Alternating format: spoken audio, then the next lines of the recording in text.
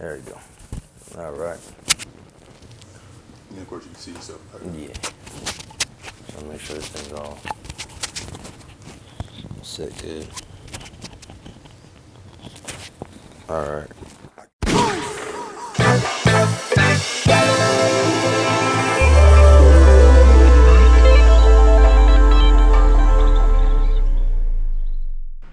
All right, let's go ahead and get it.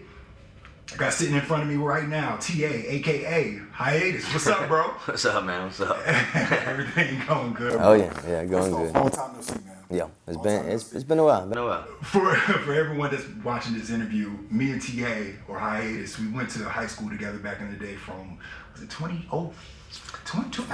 Don't tell them dates, man. If you're old.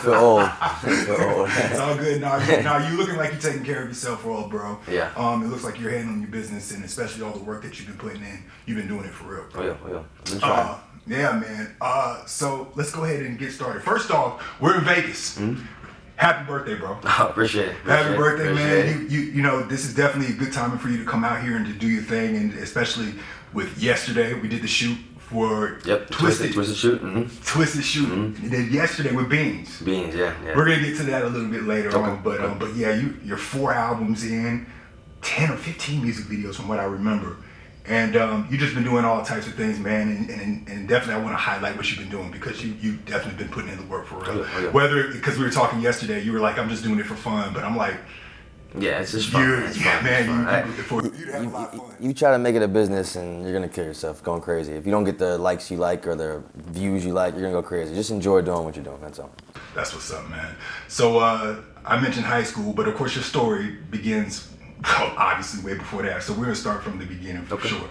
You were born in Pittsburgh, Pennsylvania? Yeah, Pittsburgh, yeah. I had family on both sides, so McKeesport and often Edgewood, so we kind of mixed together, and then we ended up moving from there to all over other places. My dad's job had him moving a lot. It wasn't military, but he got different assignments. I know what you mean in terms of like, moving around a lot and everything. Yeah. That definitely do it to you as far as your childhood and anything. Do you feel that affected like, in terms of like, moving around a lot and meeting people and, making friends and everything and feeling the pain of leaving people behind? Was that something that was something for you? It's positive and negative because I moved around so much, it's easy for me to meet people and meet new friends. But because I knew I was moving a lot, I didn't get attached to them like closely. Like I have friends that I still stay in touch with certain places, but like I couldn't bank on starting a relationship and having a girlfriend and all that because I knew I was leaving soon, whether I wanted to or not. Even being in Jacksonville, that was supposed to be a 3-year plan, so I didn't get my hopes up, and then we ended up being stuck there. So I've been there since then. Yeah. Oh, I didn't know that. That's crazy. Yeah. Because I used to think that everyone that was there when I moved to Florida, they were there for years and years. No, I moved to Jacksonville in junior high, and it was supposed to be my 8th, 9th, and 10th grade year, and that was it. But then ended up staying longer. So. Yep. Okay, that's kind of the same thing with me, especially going to the military. That's just what it is for you. What was it like in Pittsburgh, though? Pittsburgh, cold. And it's always cold in the wintertime. Black ice, I remember. Up north people are way better than down south. I hate to say it, but they're nicer. They're down south, you get a lot of the... I didn't realize how kind of fake people were until down south. Because up north, everybody's just straight honest, nice, and that's just their genuine personality. They're not trying to fake it or anything. So you get the fake nice down south, and you get the real nice up north. So I kind of got that mix of that, but. Yeah, because they got the standards in the south, southern. Yeah. It's like even going to a restaurant up north, you'll see the difference from a waiter from down south waiter. It's just how it is. That's how they're raised. So. That's what it was. So, and especially I take it that definitely had an effect on your upbringing too, as far as like being, just like you said, as far as being the straightforward, open, honest dude. Oh yeah. I'm very straightforward. Like, don't get me wrong, I've lied in my life, but like I've been very, very honest upfront with certain things, and relationships, especially now, I've been really, really upfront with it. So you either like what you get or you don't. I'm not gonna sugarcoat it for you. No, you gotta keep it 100 for sure. But as you were growing up, like you said, it had an effect on you when it came to family and just making friends and stuff like that. Do you feel like there was like an important lesson that you lived to, like, was it just that, or was there anything that made you like had an effect on you today? I think everything I've been through moving around and growing up had an effect on me. You see, you're born. Everybody's born like good. You know, everybody's born with a good soul, a good heart. Kids are naturally laughing and having fun and this and that. And as you go through life, you start to realize that the world is not as nice as it seems. You get the good parts and the bad parts. You go through evil things, and it depends how you want to change. If you want to mold into the bad person, that's on you. If you want to continue to be good light, but I've been through quite a lot. I've been through my first national disasters when I lived in Texas. So I didn't know what tornadoes were. I saw that firsthand. I've had multiple go over the house, go over my daycare, and then also just being around celebrities and stuff like that in Texas when they were younger. I didn't know they were gonna be celebrities, but I was in class with Tara Lipinski, and in Texas. We all went to Highlands Elementary together. It was crazy, and I didn't know anything about her. I knew she skated, but I didn't know anything about her. And then all of a sudden, boom, she's Olympics champion, this and that. So yeah, it's crazy. I remember those days when she was coming up. Like, they were really on her. The camera was on. Yeah. I didn't even know. I mean, we had camera crew at our school, but I didn't think nothing of it. You know, I'm just going to school with her. She's in my class, in my yearbook. I need to find my yearbook actually, because that's gonna be a famous. That might be a famous yearbook. I might have to hold on to that. That's what's up. Yeah, and especially you talk about living in Texas. You talk about natural disasters. Like they going through it right now this year. Yeah, this year's bad tornadoes. I think there was a stretch with 2 or 3 weeks where 1,000+ tornadoes hit down in that area. It's wild because Texas gets it bad. Any other celebrities besides Tara Lipinski? That I can remember, it's hard because I know a lot of people I went to school with end up being like D1 football players, like back in Texas and Colorado and stuff like that. But big celebrities, nah. I think she's the one that stands out the most. Like I met Little Flip when I was younger in Texas. He was passing out stuff to people, but that was, he wouldn't remember me if he saw me because that was a long time ago. As far as celebrity-wise, I think that's about it. I met a lot of NFL professional football players. A lot of my friends played in the NFL, so I know that. But besides that, not nobody too big. Yeah, definitely. And then once you mentioned, you went up to junior high, went to Florida for junior high right after Texas. Or after Colorado, I went Texas to Colorado, then to Florida, yeah. Got you. And of course, during that time, Fleming Island, I remember you were playing football then. Yeah. I started playing football in Colorado. And again, like I said, I don't get my hopes up, but I wish I would have stayed in Colorado for a little longer because I planted my seeds there for football.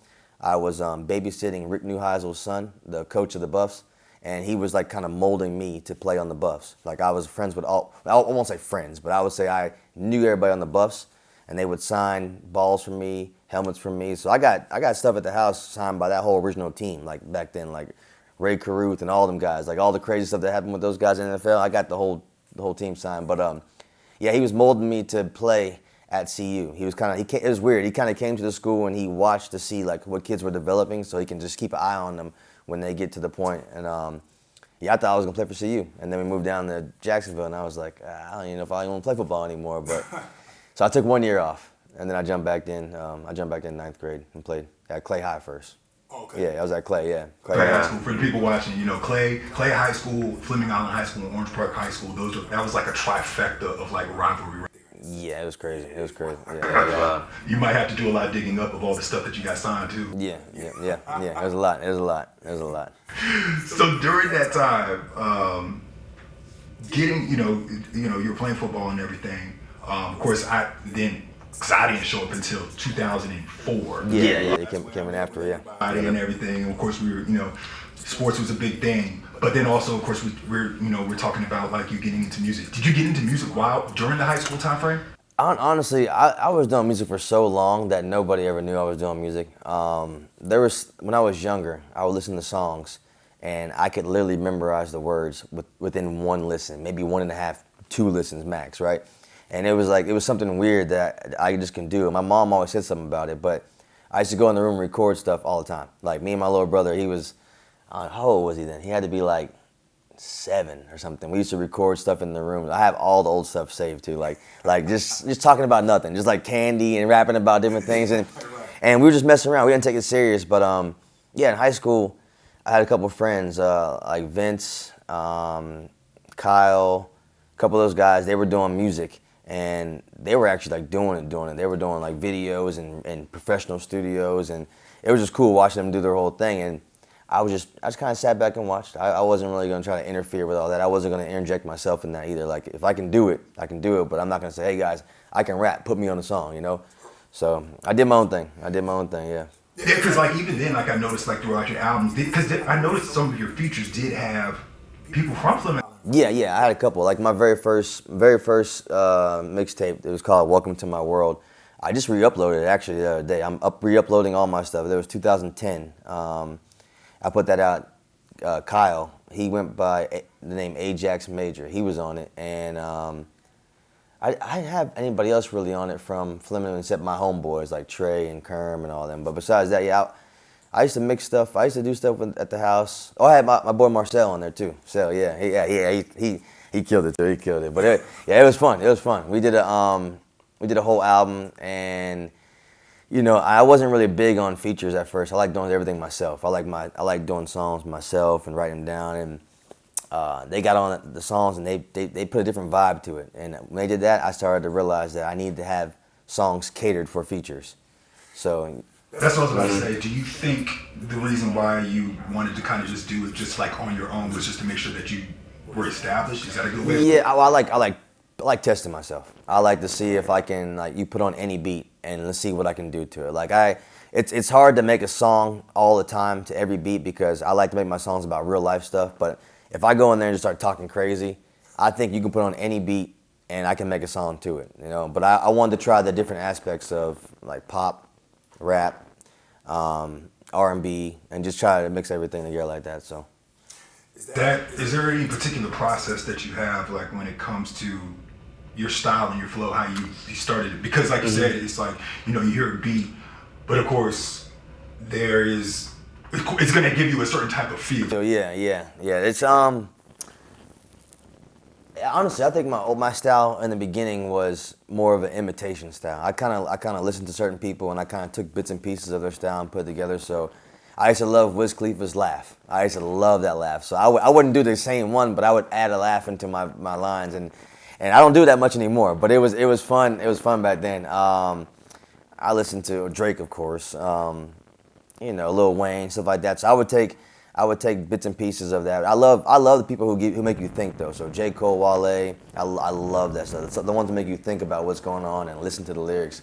So those would be my influences, and I kind of took a lot of the pieces of their style, put together, and then over the years it kind of grew into my own style. So I kind of wiped away with it. So if you hear my old 2010 stuff and then my stuff now, it's totally different because I came into my own mold of my own form of music that I wanted to make. So I think it was either Unfinished Notes or Unfinished Notes 2, because I was about 50 a few weeks ago.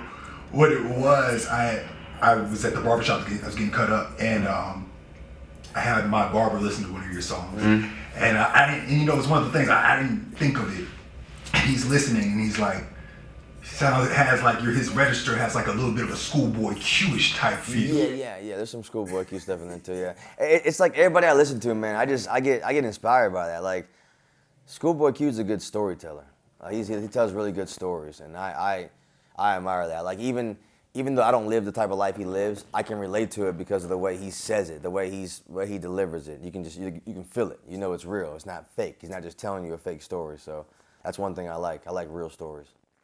Yeah, and I could definitely tell from everything I was listening to, because like if I can think of like going back to the first album, Well Rounded. I mean, even just something simple in the hook. Like I noticed, like in After Party, there was like a huge concentration on like no drugs, no drugs, no drugs. Yeah. You know what I'm saying? And especially today when it comes to hip hop and everything, in terms of like what's going on with like what's being put in the lyrical content as far as like drugs. See, because that was way back then. Yeah.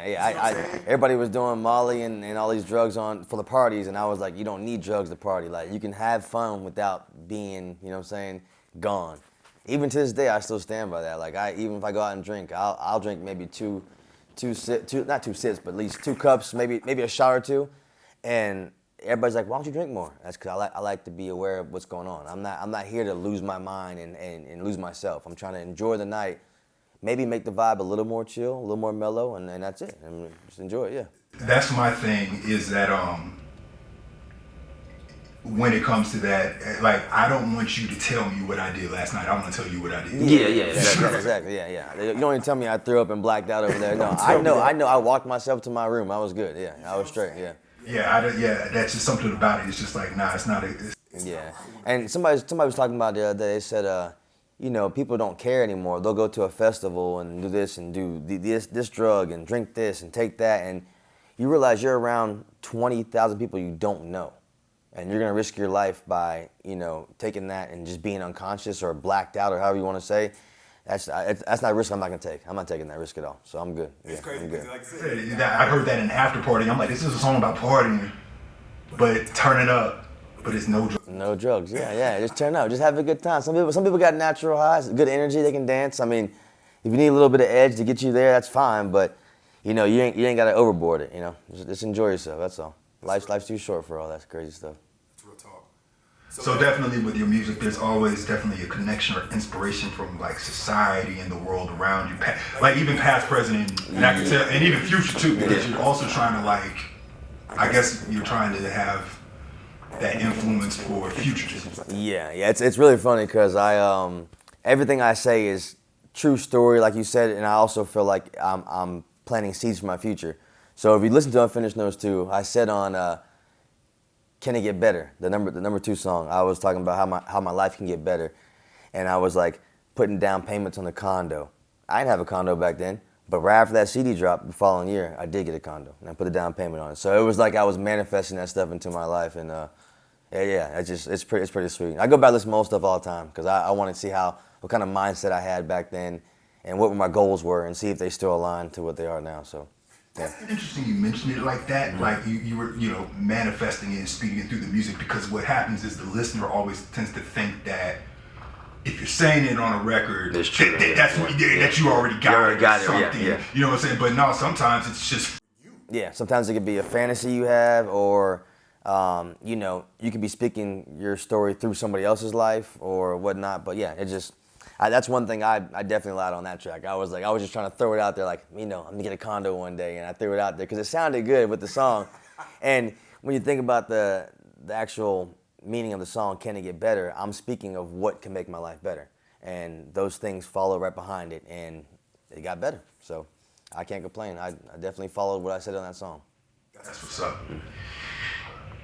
One of the big moments of your music journey was a freestyle. Oh yeah. Mike Wallace, the Mike Wallace freestyle. Yeah, that's crazy. Done the Wiz, because you mentioned Wiz Khalifa as far as one of your influences and everything, and of course I heard it back then, and I didn't know you were getting it in, kicking it like that. That was an accident. I did not expect for that to happen. I mean, it happened. It was great, but I didn't plan any of that. Like, that was unplanned. Because you did it to Wiz Khalifa's Black and Yellow beat. Yeah, I took his Black and Yellow beat, and I'm a Steelers fan too, so I love the song as is. You know, Black and Yellow was great because it was the Steelers theme song. But I was like, you know what? Let me try to do my little spin on it, because I loved remixing songs if I could. And I decided to do a song for Black and Yellow and call it Mike Wallace. And the whole song was catered towards him, saying how he was the best player on the team. The verses were about his accomplishments on the team, how he scored, you know, this and that. And it just, I literally made that song, and I did that song in 30 minutes. And I left, and I went to the beaches that night to go out. And I was out there for an hour max. And I got emails and tweets and all this stuff, because I just threw it out there. I finished it and just put it online. And people were messaging me saying, I need this song tomorrow for the radio. Can you go back and make a clean one right now? And I was like, are you serious? And it's like all the major Pittsburgh stations, and you know, everybody on YouTube. I had about maybe 5,000 retweets. It just was going crazy. So I left. I left the beach, went home and recorded the clean version, put it back out there. They had it on the radio. They had me on the blogs. They had me on their internet. Mike Wallace followed me on Twitter. A couple other Steelers followed me. I know Antonio Brown. Everybody was just following me on Twitter, and celebrities started hitting me up for features and opening for clubs. Like it went crazy. Like I didn't expect any of that. I really didn't. But I would say that would be that was the major first start of things to get people to notice what I was doing. Was there anybody else? I mean, like, because didn't you say like Jhene Aiko? Oh yeah. I had a lot. Yeah, me and Jhene were going back and forth with emails. KE on the track when he was hot producing back then. He was emailing me beats. Slip and Slide hit me up, and they were talking about we want you for our program, and there's a lot of stuff going on. Yeah, it was too much to keep up with. I had Spectacular on Pretty Ricky. He messaged me. He was saying come open for me in the clubs down in Miami. It's like it was a lot. I couldn't keep up with all of it. It was too much. Like I enjoyed it because this is exactly what I wanted to do, but. I mean, I didn't expect it to be like that. That was probably like, I've put more thought into better songs. That song I didn't really put a lot of thought in because I religiously watch every Steelers game. So I can, say what happened in this game. You tell me about a game 2 years ago, I'll tell you who scored, what the play was, because I watched it. So it was easy for me to make that song. Didn't think nothing of it. And obviously they thought the world of it, so. It opened a lot of doors in that aspect, yeah. That's what's up, man. It's definitely good that people like made sure that you did smell the flowers. Yeah, they did. Because sometimes and that's something that that happens with most artists. They put out something, they keep putting out music, but sometimes they feel like it's like, what am I doing? Yeah. What are you doing? Like if you're not getting the traction, then you want to stop or you give up. That kind of helped. It kind of helped boost me to keep going, but. Honestly, I would have kept going regardless because I enjoy doing all this stuff, so it's very fun. That's what's up, bro. It's always for the love, man. Oh yeah. And for yourself. Mm-hmm. The Mike Wallace freestyle did his thing, and of course around that time you were putting out music. Now the Well-Rounded album, was that around the same time as the Mike Wallace? That was right after it. Yeah. So I did. Mike Wallace I did a mixtape after the first mixtape, which was called Welcome to My World. I did a new mixtape called It's Always Sunny in Florida. And It's Always Sunny in Florida was trying to take a step up from the last one and just do different beats, like more, like, I guess, Florida vibe, like summertime, this and that. So I tried different things. And Mike Wallace remix, the black and yellow one, came on that CD. And after that CD, I was like, you know what? I put 2 mixtapes out. Let me go ahead and start working on an actual album. Let me just try to physically do an album. Where back then, you didn't really buy beats unless you were like labels. You kind of just went online. Oh, he has a nice beat. Let me download that and let me go ahead and make a song on it. And I'll just put it out for free because you put it out for free back then. There was no problems. If you tried to sell it, that's when the problem came. So I was like, if I'm gonna do an album, I'm gonna go ahead and buy these beats now and do an album. So I bought 12 beats. Wrote 12 songs and put that out there, that Well-Rounded, yeah. I actually recorded that at the Platinum Studio at Jack's Beach with Tara Lipinski, yeah. Okay. Yeah, that's where J-Dash recorded the WAP at and stuff out there, so yeah, it was a good studio, really good studio. Yeah. Got you. Yeah, J-Dash, that's a funny, going back to the WAP, because I remember, might have been 2012, I did an internship with the production company that did the video. Okay. So that was actually kind of cool, and they talked about, like, as far as, like, the recording process and how, like when it came to not necessarily who he's working with, but the people that were around that time and everything like that, and especially because especially in Jacksonville with the music that's going on right now, because if you think about the artists that are out, it's different. It's definitely different. Way different, yeah. Way different. Going into like you put out Well-Rounded, and it didn't look. Was there any music videos for Well-Rounded? I don't remember. No, actually, no, there wasn't. I didn't shoot a single video for Well-Rounded, and it's crazy because there was a lot of good songs on there that could have had videos, and I didn't shoot a single video for them. That was just me throwing out something in between. And honestly, back then I was doing videos myself, so whatever I can record on my camera and edit on my program and my time, that's what I put out. I didn't have a team that shot videos or. And back then content wasn't like it is now. So you didn't need to have a TikTok. You didn't need to have all that stuff. You could put a music video out or not. Either way, if you had the song up on YouTube, you were good. That's all that mattered. Or up on Datpiff or stuff like that. You were good. You didn't need to have a music video. But yeah, I didn't. I should have. I definitely should have. Definitely Datpiff at that time, yeah. But you do make a good point with Datpiff because at that point that was huge. Yeah, that platform was. Yeah. You really didn't have to. You didn't have to do anything. SoundCloud and Datpiff were taking over everything. You didn't need a video for nothing because you would get your 1 million streams, 1 million views right there, and the video can add on to it. But nobody was looking for videos. You know, now today we look for content, we look for videos. So it's different. It's way different than it was back then. Yeah, because I was listening to Your Actions. Mm-hmm. What else was another good one? I was thinking we could have had a video. Your Actions was deep. That was a deep one. That was a deep song. It kind of gave me a Joe Budden feel, like his approach to certain songs. Mm-hmm. There's that one, Your Actions, and I want to say After Party would have definitely been a good music video too. Yeah, the single I had on that CD was Blow Your Mind, and that actually was on the radio. So I had that one on the radio a long time ago when they actually played artists from local artists from Jacksonville on the radio. Yeah, that's the thing I noticed too, because going into Unfinished Notes, like there were certain songs I did like. I like the hook. Well, first off, when did Unfinished Notes come out, the first one? Let's see. So Always Sunny in Florida was 2011. So the album Well Rounded probably came out in 2012. And then Unfinished Notes had to be like 2014.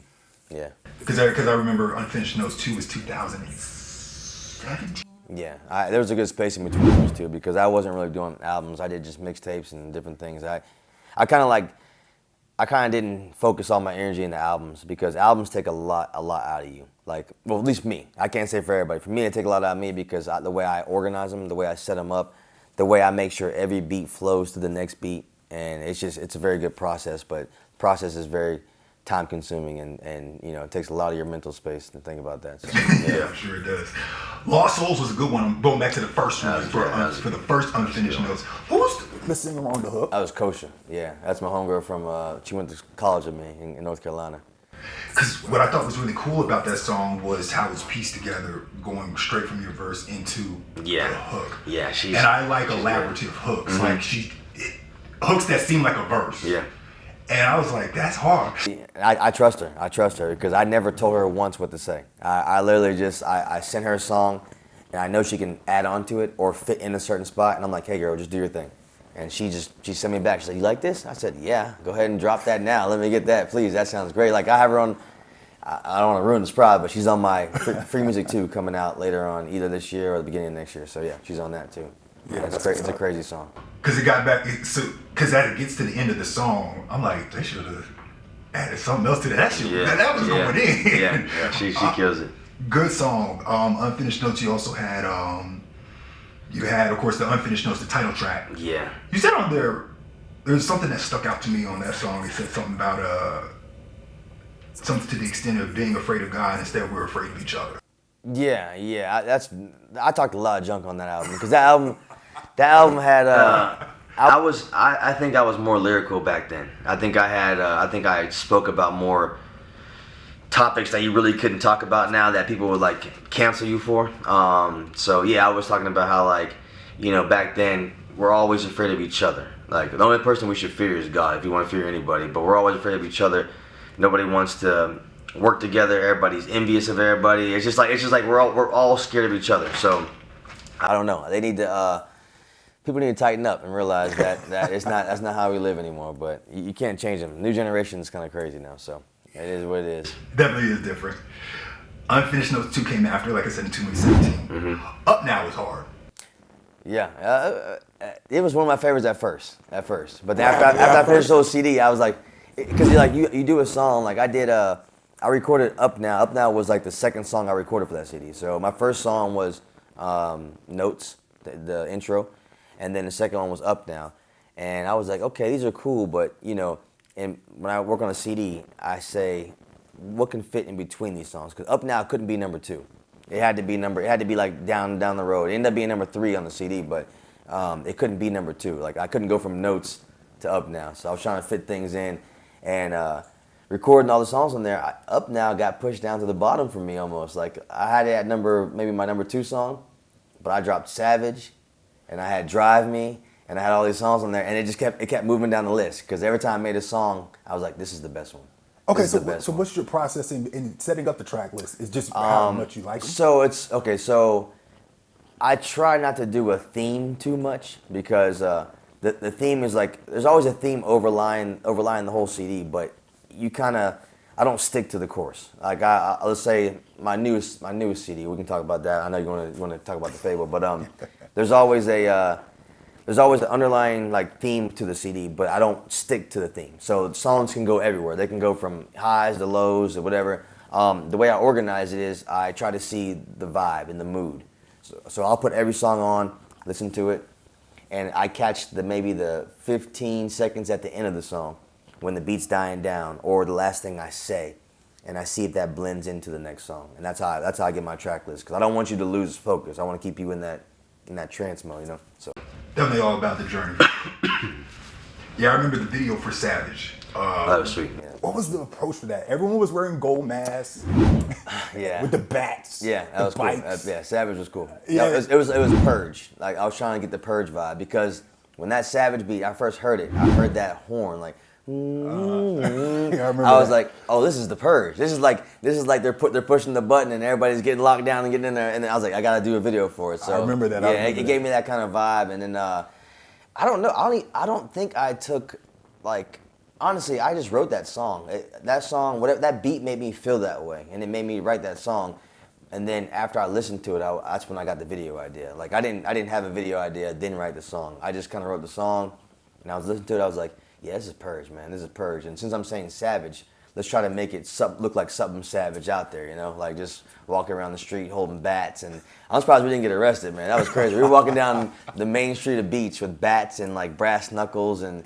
Yeah, you do that now, you're definitely arrested, man. There's too much craziness out in this world. They won't let that go anymore. They'll take it way too seriously. Mm-hmm. You said you shot it out in Jack's Beach? Jack's Beach, yeah, on 3rd Street. So we walked down the main 3rd Street, and we did all that stuff. And then we stopped at the pizza place, I think it was, and we did stuff out in front of the wall. They have this graffiti wall. So, yeah, it was cool. It was a really cool shoot. And then I did, like, the other half of the shoot down, like, in the, I guess, like, the marshlands by the main bridge by Jack's Beach. So... It was cool. It was cool. It was a fun shoot. Really fun shoot. Yeah, I noticed. It was Savage and Jack's Beach. Have you picked most of your video locations in Jacksonville for the most part? Because I noticed that. Yeah, most of them. I noticed Notes. Notes was in Jacksonville, downtown. Yeah, I was downtown. Yep, I know. I recognize that area. Mm-hmm. And Thank You was an indoor shoot. Yes, Thank You was an indoor shoot, and it was called Studio 3E. It was a great studio downtown Jacks, but they closed down now. So I don't know what they moved or they just closed. Period, but they not there anymore. It's right by the stadium. Oh, yeah, okay. Yeah, it's not there anymore. And the Drive Me video was in Ponte Vedra, in a gym. Yeah. It looked almost St. Augustine. Yeah, St. Augustine, Ponte Vedra. People that are watching this, St. Augustine, northeastern Florida, like you're definitely.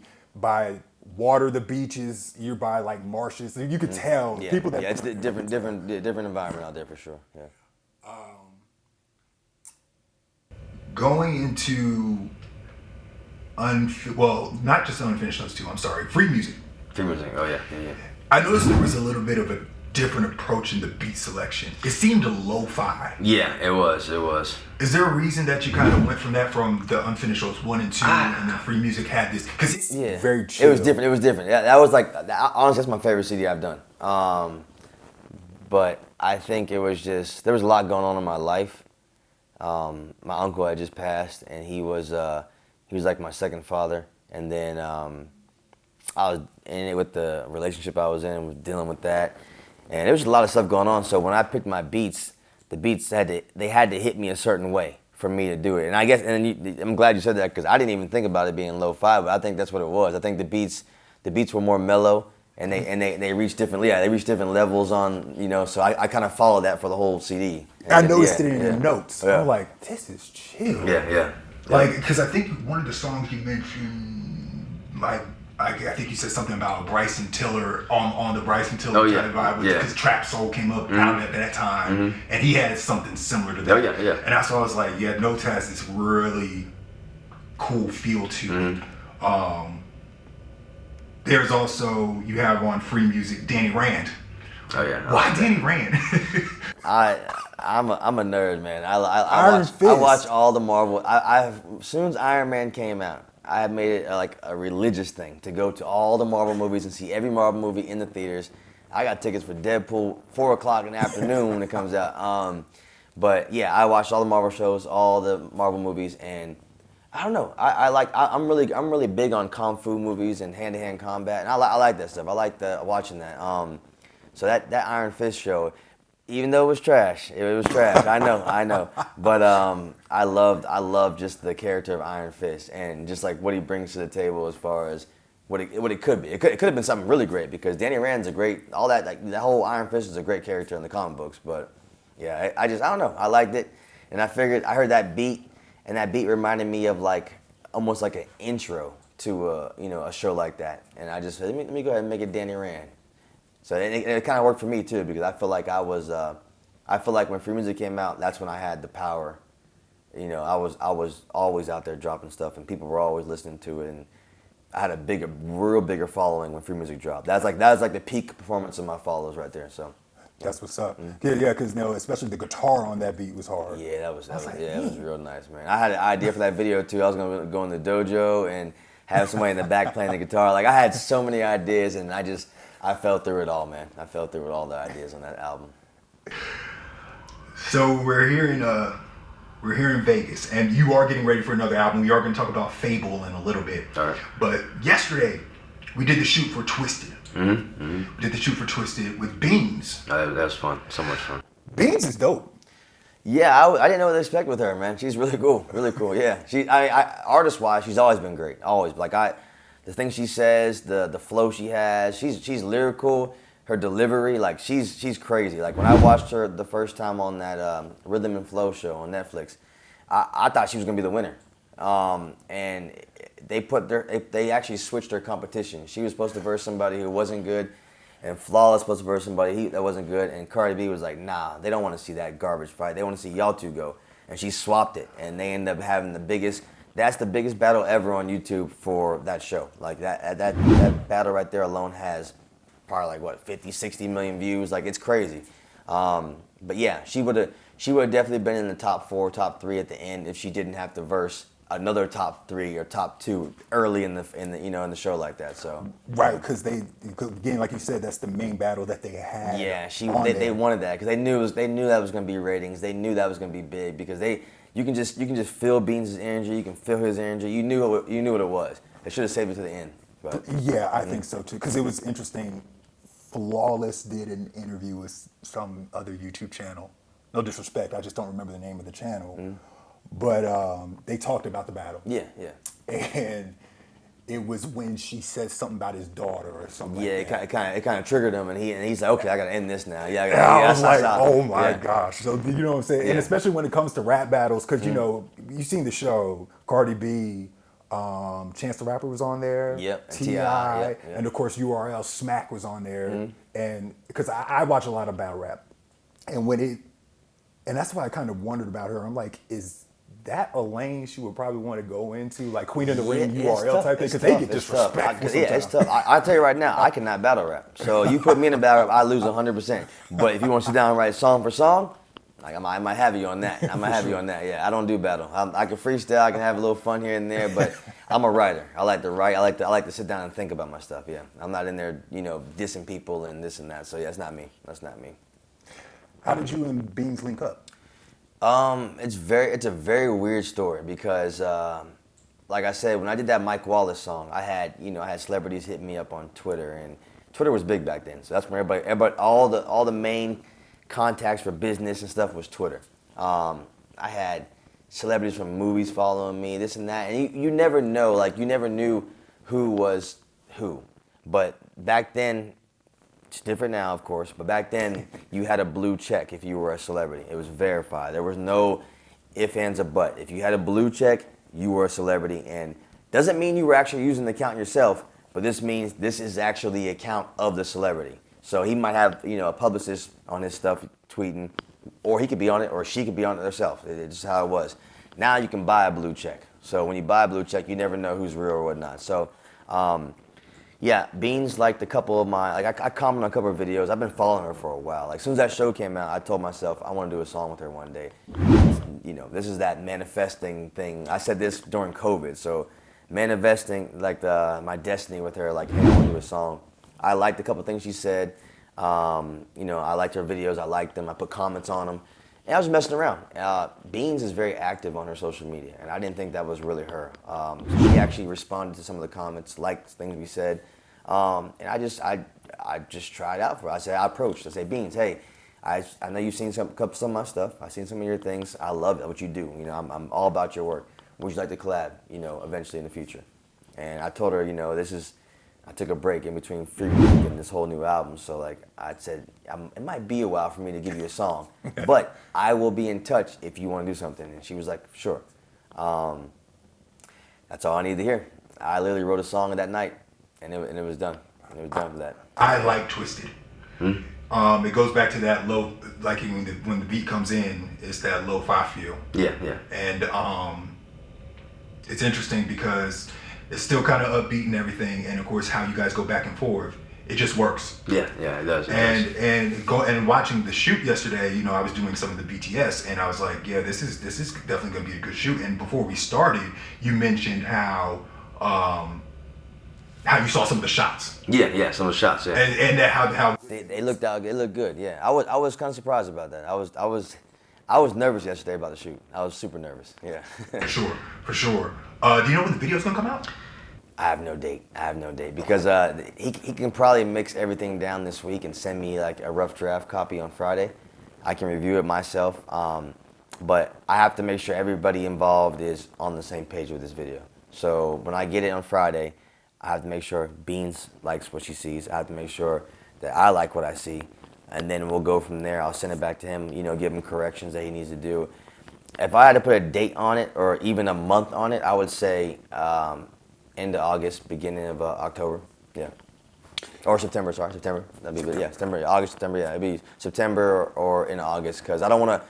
I'm not rushing. It's not my job to rush content right now. Like I put content out when it comes. I'm not in a hurry. I'm not trying to do dates because that makes you go crazy. Yeah, it makes you go crazy because everybody's not on the same schedule as you. So if I sit there and say I want to do something, you know, this week, I try to reach out to my studio and they're not available till the following week. Now I'm behind. So I don't promise dates. I don't promise times. Hey, ain't nothing wrong with that. You don't want to put yourself out there and end up putting your foot in your mouth. Yeah. Everybody waiting for something to drop Friday and you don't have it out. Yeah, now they're pissed. So like Kanye West does all the time. So that's a different dude, to say the least. So did the shoot for Twisted, and then like we mentioned that you do have another album coming out. It's free music too. It's going to happen. Or again, I want to put you on the spot. No. Free Music 2 is definitely happening. I actually started recording Free Music 2 first. That was the very first album I recorded coming back from my break I had. And I did Take Time for that. And I had the whole CD pre-recorded. The whole CD is pre-recorded. The only song actually officially recorded on that CD, like from studio-wise, is Take Time. But that whole CD is pre-recorded, and it's a kind of crazy story because Take Time was going to be the lead single for that, which it still might be. You never know. There's some other songs on there that hit kind of hard too. But Take Time was going to be the lead single, and I sent that song back to the guy who produced it. His name is, they call him, it's 30 on the beat when it's on the song, but it's No 30 Music. So it's like number 30 or NO 30. I don't know how he wants to have it, but it's either way, I call him 30. And we were emailing back and forth a little bit. And I sent him Take Time. And he liked it. He really liked what I did on his beat. So I started listening to a couple of his other beats, and I was like, okay, I like this one. You know, and I'll sit there and listen to 1,000 beats a day. Like I'll scroll through 1,000 beats because my beat process, picking a beat, is if I don't like the song in the first 10 seconds, then I don't want it. Like it has to catch me real fast. So if you need to send me beats, it better catch me in 10 seconds. So I skip through. I'm going through 30s beats, and I'm going through the first two. Okay, I like this one. I'm thinking I'm gonna skip 5 more. I literally skip 1 more. I like this one. I like this one. I'm literally going 6 tracks back to back that I like, and I'm like, I'm about to just talk to him. Let me talk to this guy real quick. Let me see if we can do a whole thing together. Because if I can pick out 7 of your beats in the first 15 I listen to that I like, then me and you got some kind of connection that I really want to deal with, you know? So I emailed him. I told him, I was like, hey, I'm working on another album. Then how about I do one with your beats only? And he was like, sure. So we worked out a little deal, and I ended up getting like, I think, 12 or 13 beats off of him, and yeah. Take Time is cool. Yeah. Like that, like definitely the beat overall and the slow approach to it. I definitely like that one. And that was going to be my next thing, like as far as when it comes to working with a producer. So it's just a matter of just listening to the beats and how you feel. Yeah. You can go nowadays. You can go on SoundClick or BeatStar, and you go in there and you can just click on all instrumentals, and you can go through everybody's beats, and then it gives you say you hear a certain sound you like maybe this guy has good horns or whatever. Then you can click on his profile and you can go through all his beats individually and see what he got. But free music too is it's more. Those are free music are my personal albums. So if you listen to free music, the first one, it's a personal story. And you listen to free music 2, it's even a more personal story. But the newer one, Fable, is just kind of like having fun. It still has a little story elements in it, but it's more fun. And that's why I'm dropping it first, because I feel like I enjoyed making this one more. There wasn't no sadness on it. There was no, it's just the upbeat, having fun, talking my little junk here and there. So yeah, it was good. It was good. Because I noticed that before you put out the track listing for Fable, you started releasing the songs. Yeah, I put a couple songs out there. Yeah. You have Entertainer. Mm-hmm. There's also Envy. Yeah. Envy's not even on it. Envy. Just a single? It's a single I just threw out there, yeah. I noticed that because it kind of came out, you were releasing it along with the other songs, but it was still kind of a little random. Yeah, that one and the new one, Flight Plan, those are just random songs. I was working on the Fable CD and the Free Music CD, and I got, not bored, but I had to take a break between them, and I just started doing different songs. So I ended up recording like 5 extra songs on top of those 2 CDs that I have in the vault, and Envy and Flight Plan were 2 of them, and I just threw them out there. I got some other ones nobody's even heard yet, so they'll be out soon, hopefully too. That's what's up. Because I definitely like Entertainer. I definitely like Envy's cool. The cover you have for Envy is interesting because going back to what you're talking about being a nerd. Oh yeah. You have the tattoo of Fullmetal Alchemist. Envy. I got Envy. We got Lust. We got Al and Ed, and we got all them on there. So this is gonna be a whole anime arm, pretty much. I'm working on it. Oh, you got the whole pretty much Full Metal. Yeah, pretty much. Okay. Yeah. So my next one I'm gonna get is Greed. I'm not sure where. Greed is big. Yeah. I have. No, Greed is. No, that's Gluttony. I'm thinking of Gluttony. Yeah, Gluttony's a big one. Yeah. Greed. But like, my artist is an anime specialist. Like, she loves doing anime stuff, and I told her, this is your baby. So, I'm gonna give you who I want, the character-wise. You make it fit. And she's been doing a good job. I know it looks kind of crazy. He's all patched up right now, but when it's all full, it's going to be nice. I can't wait. Was Fullmetal Alchemist or that character the main inspiration for that song, or was it just something else that kind of just came That song had nothing to do with Fullmetal Alchemist, honestly. Yeah, it was just about people that I met in my life that I know have, hated what I do.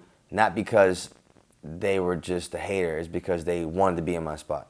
And I just kind of threw that out there, and they know who they are, so it's a clear song for them. But it just happened to work out that was one of the sins, and I had it on me. I had just got a tattoo like a week before, so I was like, okay, let's go ahead and make it the cover. So it worked out good. Yeah, it worked out good. Most definitely. So Fable is going to be coming out first. Yeah. Fable should be dropping here pretty soon. Definitely looking forward to it. I'm looking forward to it.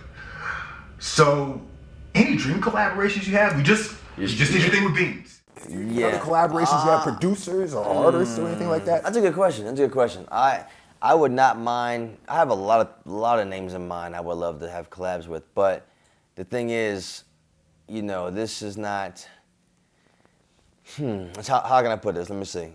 I begged for people to be on my albums back in the day. I begged for everybody to be on a Finished Notes, a Finished Notes 2. The only people that ever came through with me on my songs were my college buddies. Like, I could not, any artists in Jacksonville who were big and this and that. Oh, I'll take it back. Jasmine Ray. Jasmine Ray got on one of my songs, and she was great. She's amazing. But besides that, all the artists that were big back then that I asked to do features here and there, they wanted nothing to do with it. Nothing. So I kind of lost my, you'll see on these new albums how, like, my whole approach is different. Like, back then I had goals. Like, actually, I'll tell you a line I said on the song. Make it easy. I said, back then, I used to have goals of getting everybody together, but now I can care less. We can all sever, because I'm not worried about trying to build these relationships with people. Like I wanted it to be a community of Jacksonville artists together with videographers and this and that. And there's only a few people that I actually can stay there, my homies, and you know they rock with me. But besides that, I don't care about features really anymore. Yeah, because going back to Unfinished Notes too, on Dreams, you had mentioned that, you know, creators need to come together. Come together, yeah, that's all I was trying to do. Like I made that song Thank You on there, where it was like I'm thanking every single person I ever met. I gave shout out to all these artists in Jacksonville. And you know, I don't take it back. Like I really appreciate what they did. I love listening to all their music, but like it comes to the point where like you show what kind of person you are, you know? So like I had faith that everybody can come together, and then, you know, everybody was out for themselves. So I'm not gonna help them anymore. Like, you know, now with the whole Beanz and all these little features, people will try to come out of nowhere and be like, hey man, I wanna do a song. And I'm like, you know, I asked you like 10 years ago, like, where were you at? Now it's gonna cost you a lot. You know, I would do it for free back then. Now it's gonna cost you, so get your pockets ready, you know? But no, I just, I only got 2 features on this whole CD. On Fable, there's 2 features. I got T.O., which is my homeboy from college, and I got Beanz on there. That's it. Yeah, I did see the track listing. I think it was on your IG. Yeah, I put it on IG. Yeah, IG, Facebook, all that good stuff. Yeah, so on your IG. I'm not gonna put it out there because we're gonna let the people hear it. I'm looking forward to it for sure. Mm-hmm.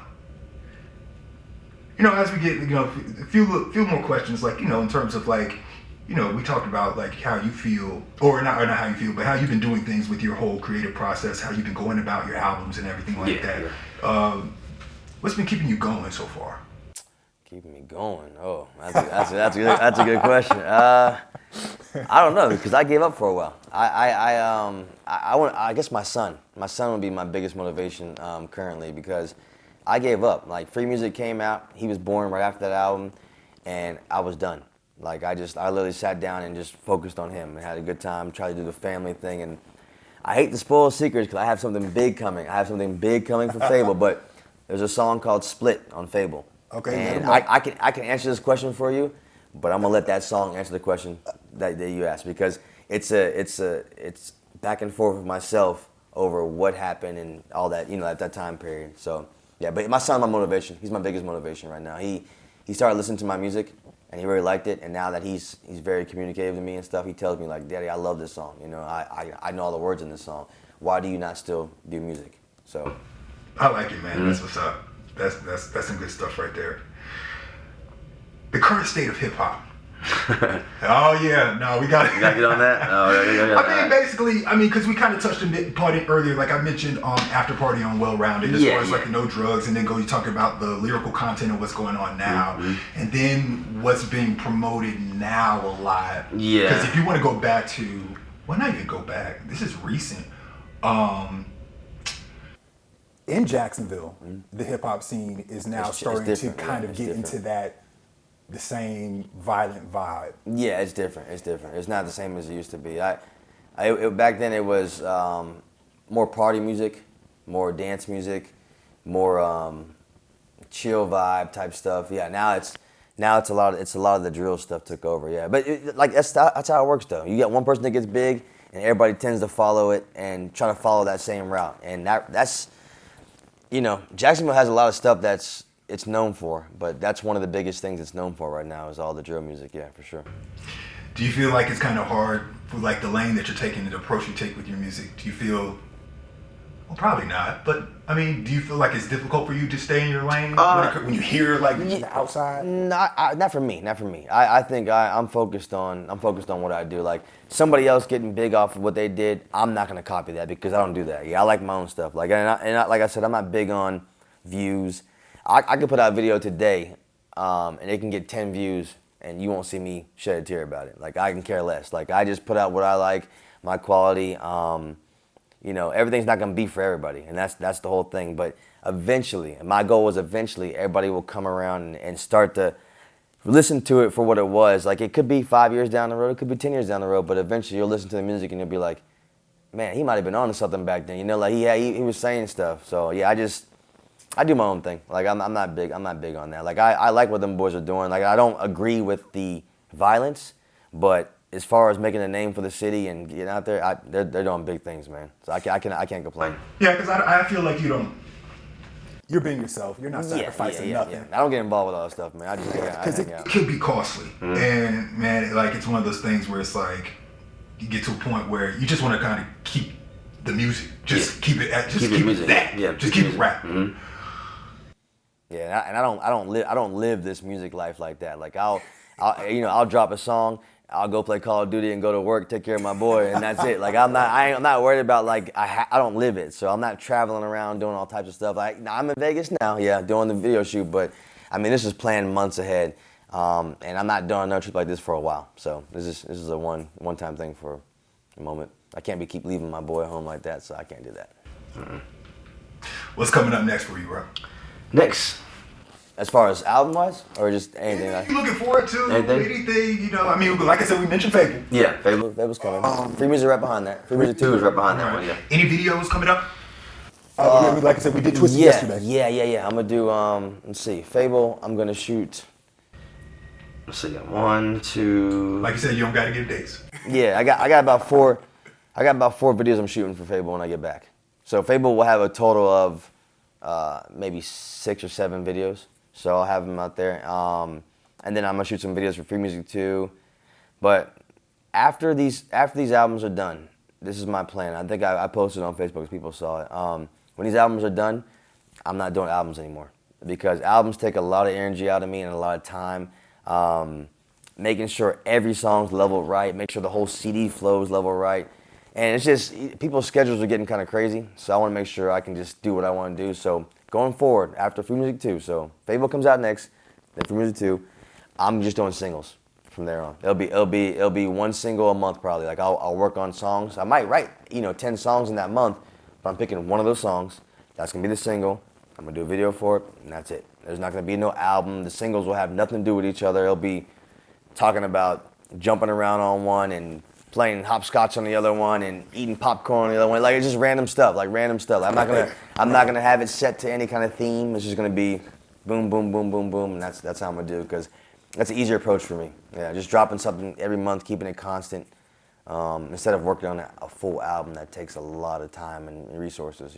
Yeah, because that's one thing people don't understand about both music and video production. A lot goes into this. Yes, it's a lot. It's a lot. The prepping, and then the actual execution. Then even after. Oh yeah. Like the mixing and mastering. Mixing and mastering, yeah. And they want you to do TikTok content on your videos and all that. I'm not with all that. Like I just drop something. I might do 1 or 2 videos here, reels, and that's it. I'm not gonna sit here and push something in your face and pay for ads and that's not what I do, man. I'm not on that. Like, don't get me wrong. I'll push Twisted because I really feel Twisted can be something big, but if you're not gonna see me put $1,000 behind Twisted, like I'm not gonna do that. No, I might put $50 behind it and then see what happens. But yeah, that's about it, man. Yeah, that's time and money for sure. Mm-hmm. Highatis, you've been doing a lot of work. It's been because when I first started listening to you, like I said, it was back in 2017. Yeah, 2017. It's been a while. Yeah. And of course, you had already put in work back then. Mm-hmm. I was in Japan. I was doing videos and emceeing for the DJs out in clubs, and I saw you were. That's when it was around the time actually when you put out Savage, I think. Yeah. And I was like, oh snap! Like that's right, TA doing music. I forgot about that. That Unfinished Notes 2 was like the next step. That took it over because that went right into Free Music, and it was that whole period with it was great. Yeah. I do remember. Free Music kind of did pop up. Yeah, it was like 17 to like 2018, 19. That was crazy right there. Yeah, that was crazy. Yeah, you've definitely been putting in the work, and once I saw that, especially around that time frame, especially for me, because what I've been doing, and this is one of the reasons why I wanted to come out and do this interview with you, to talk and just pretty much get a highlight on everything that you've been doing. Because I feel like, because we kind of touched upon it yesterday, you say you do this for fun, and I was like, well, it is fun for you, and you're definitely doing the work. Somebody got to hear it. Yeah, eventually. You know what I'm saying? Eventually. And I really think that you've been really been good at what you've been doing as far as spacing out the projects, doing it when you feel comfortable, and staying true to yourself. 4 albums, well-rounded, Unfinished Notes 1 and 2, Free Music, and then we got 2 more coming up. 2 more albums coming, yeah. And they'll be the last 2 for sure. Like I mean, you never say never, but as far as I'm concerned, their last 2 albums I'll do it because the game is different. Like you asked about the state of hip hop, it's different. Like people don't really want to hear long songs anymore, long albums. They just care about singles and what's hot on TikTok and how can I take this 10-second clip and throw it onto a commercial, you know, an intro to a basketball game. Like it's just different things now. Like songs aren't even long anymore. You don't get the full 3 verses anymore. I haven't heard a song that's 3 verses in a long time. Not even Drake or J. Cole or any of them. Nobody's done 3 verses in a long time, like an original full 3 verses, you know? I'll say the closest to that would be God Did. Yeah. God Did would be that. Yeah, because that was 3 different artists on there doing that. Yeah. And then you remember how and it's a long song. Yeah, Jay-Z, Ross and Wayne. That's a long song, but that's the thing. Like nobody wants to have long songs anymore. So you start putting out Eminem just did one. Yeah, Toby. His just recent album. Yeah, yes, Toby, it just came out yesterday. Yeah, Toby. Yeah. See, I like stuff like that because that's it's a long song. So you know you like. People get so turned off by turning on a song and seeing the listing saying, "Oh, this is 5 minutes and 35 seconds." So you're gonna tell me I'm gonna have to listen to a song for 5 minutes? Like they can't process that. They want the 30-second clip, the 1-minute clip, the 20-second clip. It's like, you know, the attention span is very, very short nowadays. It is, but I sometimes feel like music can be like a movie. Yeah. As long as the movie is doing what it's supposed to do, I don't care if the song is 5, 6, 7. Yeah, exactly. I feel the same. 2.5 is cool.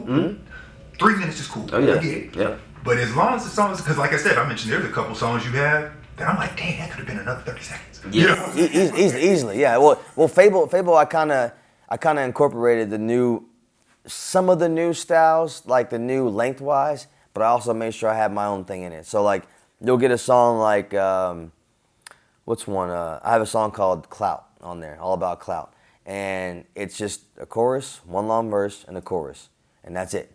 But there's a big message in that verse. You know, that verse has a really, really big message. And, you know, I finish a song sometimes and I'm looking at it like 1:45. Like, right. What did I just make? Like, did I even say anything on this song? So I listen to it back over and over again to make sure I actually got my message across.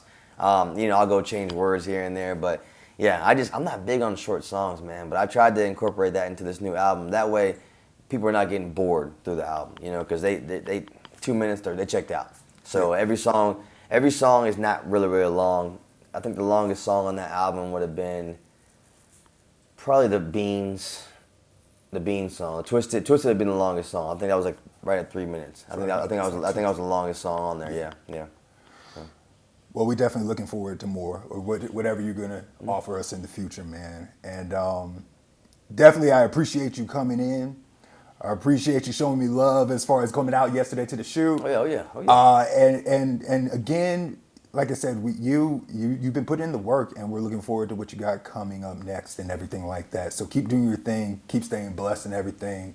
And like I said, we're looking forward to more of the work and the singles after the 2 albums. And the singles, yeah. I'll never stop doing music. I'll be 70 years old putting music out just to do it. I know they say there's an age limit, but. Nah, man, we'll have fun with it. Whether it's my son, you know, putting me on a chorus and doing his little thing or what, we're gonna have fun with this. I promise. Most definitely. Highatis, thanks again, bro. Thanks for coming in. And I know, like I said, I wanted to get you in and get you out. Oh yeah. But for sure, thanks again for coming in, and let's do this again next time whenever all the new stuff comes out. Oh yeah, for sure. I'm down. I'm 100% down. Most definitely. Ice, peace.